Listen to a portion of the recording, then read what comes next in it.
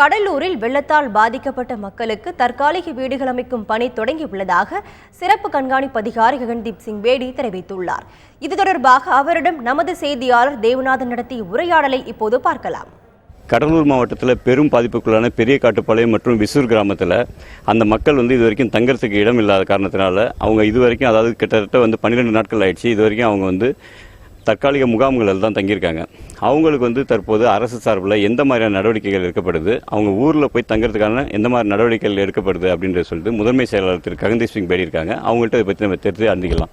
Sir, அந்த பகுதியில் பாதிக்கப்பட்டிருக்க மக்களுக்கு தற்போது தற்காலிக முகாம்கள் எதாவது கட்டுற மாரி ஒரு இது இருக்கா? ஆமாங்க, ஆக்சுவலாக அந்த மக்கள் ரொம்ப கஷ்டத்தில் இருந்தாங்க. ஸோ அவங்களுக்கு தற்காலிகமாக ஸ்கூலில் ஷிஃப்ட் பண்ணியிருக்கோம்.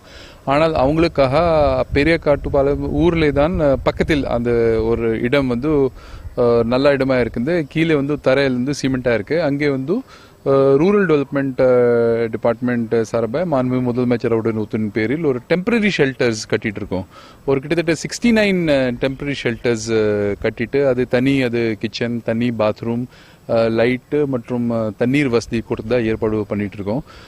அநேகமாக இந்த அனைத்து பணிகள் நெக்ஸ்ட் 2 டேஸ்க்குள்ளே முடியும் என்பது நான் நம்புகின்றேன்.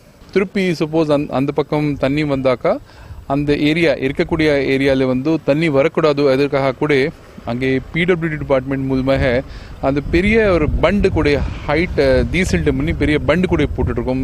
Considering the maximum flow level அங்கே அதுக்காக ஏற்பாடு பண்ணிட்டு இருக்கோம். ஸோ அங்கே இருக்கக்கூடிய மக்களுக்கும் எல்லா துறைகள் சார்பாக we are trying to bring the maximum facilities for those people.